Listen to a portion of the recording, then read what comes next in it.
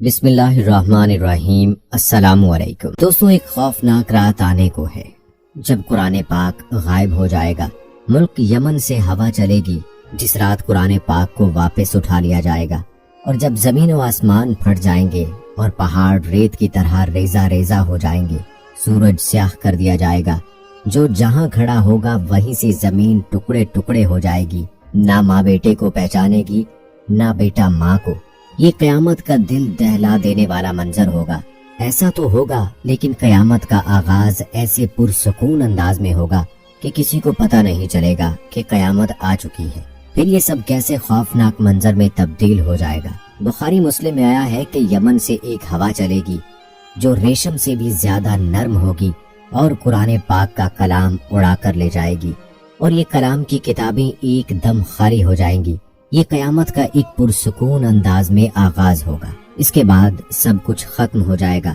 قیامت کا منظر، قیامت کیسے آئے گی، کب آئے گی، کیا نشانیاں ہوں گی، اور ایسا ہی سب کچھ ہم مختلف بیانات میں سنتے ہیں۔ بلا شبہ قیامت کے متعلق سبھی معلومات کا تذکرہ قرآن پاک میں موجود ہے۔ ہم سنتے ہیں کہ جب قیامت آئے گی تو اس وقت دنیا میں ایک بھی ایسا شخص نہیں ہوگا جس کے دل میں ایمان ہو۔ اب سوال یہ پیدا ہوتا ہے، پھر یہ سب ایمان والے کہاں جائیں گے؟ کیا ہوگا ان سب کے ساتھ؟ اور قرآن کریم کے ساتھ جو اللہ نے اپنا کلام دنیا میں اتارا، وہ کلام جو مومنوں نے حفظ کر رکھا ہے، وہ کلمہ جو اللہ نے مومنوں کو سکھایا، کعبہ، حج اور نمازیں اور زکوٰۃ، یہ سب کہاں چلا جائے گا؟ یہ سب کچھ ایک رات میں اچانک غائب ہو جائے گا۔ اور اللہ پاک قرآن کریم میں فرماتے ہیں، بے شک ہم نے اس میں واضح نشانیاں دی ہیں، اور ہم ہمیشہ لوگوں کو آزماتے ہیں، اور پھر ان میں سے ایک نئی نسل کو آگے بھیجتے ہیں، اور اسی نسل میں سے ان پر پیغمبر بھیجے جاتے ہیں جو کہتے ہیں کہ صرف اللہ کی عبادت کرو، تمہارے لیے اس سے بڑا اور کوئی نہیں ہے۔ تو یہ ہمارے پیغمبروں کو بھی جھٹلاتے ہیں اور اللہ کو ماننے سے انکار کرتے ہیں۔ اور کیا تم خوف نہیں کھاتے؟ اور ان کے بڑے جنہوں نے اللہ کو ماننے سے انکار کیا اور آخرت میں اللہ سے ملنے سے اور دنیا کی رنگینیوں میں کھو گئے، بس تو ہم نے ان پر ان کی خوش فہمی کو غلط ثابت کر دیا۔ قرآن پاک کا کلام ایسا ہے جس میں ہمیں آج تک پیغامات موصول ہو رہے ہیں۔ جیسے موبائل فون پر آنے والا ہر میسج ہمارے لیے نیا ہوتا ہے، اسی طرح جیسے جیسے ہم قرآن پاک کو سمجھتے جائیں گے، ویسے ویسے ہم پر اللہ کریم کا ایک نیا پیغام واضح ہوتا رہے گا۔ اسی لیے قرآن پاک کو قیامت تک کے لیے ہدایت کا سرچشمہ قرار دیا گیا ہے۔ در حقیقت دنیا کے اختتام کا وقت اب شروع ہو جائے گا، لیکن دنیا کا اختتام انتہائی پرسکون انداز میں ہوگا۔ اب یہ پرسکون اختتام کیا ہے اور کیسا ہے؟ صحیح مسلم میں روایت ہے کہ حضرت ابو ہریرہ رضی اللہ تعالی عنہ نے فرمایا کہ اللہ تعالی ملک یمن سے ایک ہوا بھیجیں گے جو ریشم سے زیادہ نرم ہوگی، اور جس کے دل میں ایک ذرا برابر ایمان موجود ہوگا، وہ اسی وقت ایک پرسکون موت مر جائے گا۔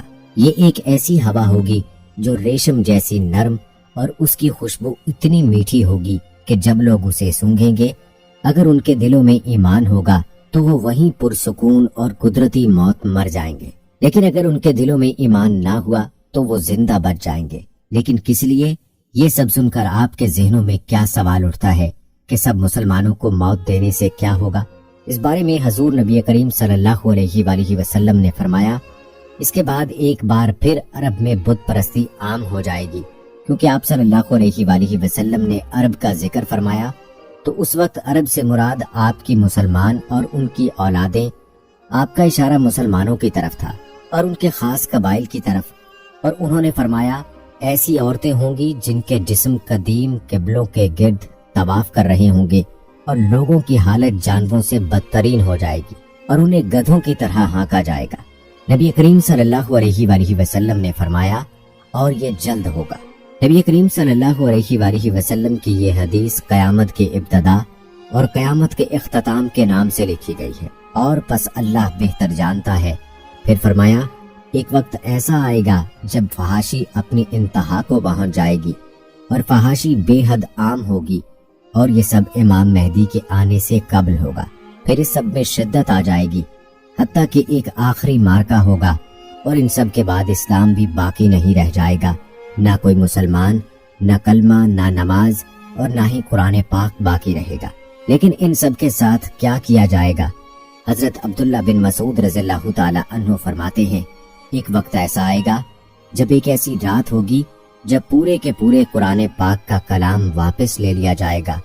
لوگ جاگیں گے تو دیکھیں گے کہ ان کی ساری کتابیں بالکل خالی ہوں گی، اور جتنے لوگوں نے قرآن پاک حفظ کیا ہوگا وہ سب بھول جائیں گے، حتیٰ کہ وہ کلمہ لا الہ الا اللہ محمد الرسول اللہ بھی بھول جائیں گے، اور وہ جاہلوں کے کلمات بولنے لگیں گے، یعنی ان کے الفاظ فحش ہوں گے اور وہ گالیاں بکنے لگیں گے۔ اللہ پاک سورہ نمل کی آیت نمبر 82 میں فرماتے ہیں، اور انشاءاللہ ہم جلد ان درندوں کو پکڑیں گے۔ حضرت ابن مسعود رضی اللہ تعالی عنہ فرماتے ہیں کہ قرآن پاک بس ایک ہی رات میں اٹھا لیا جائے گا، اور قرآن پاک کی ایک آیت بھی دنیا میں نہیں رہے گی، نہ قرآن میں نہ کسی کے دل میں۔ لوگ صبح اٹھیں گے تو ان کی حالت جانوروں جیسی ہو جائے گی، اور اس دن جب وہ ہوا چلے گی قرآن پاک بھلا دیا جائے گا، اور کتابوں میں لکھا ہوا قرآن پاک غائب ہو جائے گا، اور کلام کی یہ کتابیں ایک دم خالی ہو جائیں گی۔ ایک اور جگہ آپ رضی اللہ تعالی عنہ اپنے شاگردوں کو مخاطب کر کے فرماتے ہیں، بلا ناگا قرآن پاک کی تلاوت کیا کرو، اسے پڑھ لو اس سے پہلے کہ یہ کلام واپس اٹھا لیا جائے، اور پھر کلمے کا کیا ہوگا؟ صحیح مسلم میں حضرت انس بن مالک رضی اللہ تعالی عنہ فرماتے ہیں کہ حضور نبی کریم صلی اللہ علیہ وآلہ وسلم نے فرمایا، یہ قیامت ہرگز برپا نہیں ہوگی، قیامت اس وقت تک برپا نہیں ہوگی جب تک کہ اس دنیا میں اللہ کہنے والا ایک بھی شخص نہ چلا جائے۔ اور یہ سب کب ہوگا؟ یقیناً یمن سے چلنے والی اس دھیمی ہوا کے بعد۔ اسلام کا نام و نشان غائب ہو جائے گا، اور ان سب کے بعد لوگ یہ بھی بھول جائیں گے کہ روزہ کیا ہے، نماز کیا ہے، حج کیا ہے اور صدقہ کیا ہے۔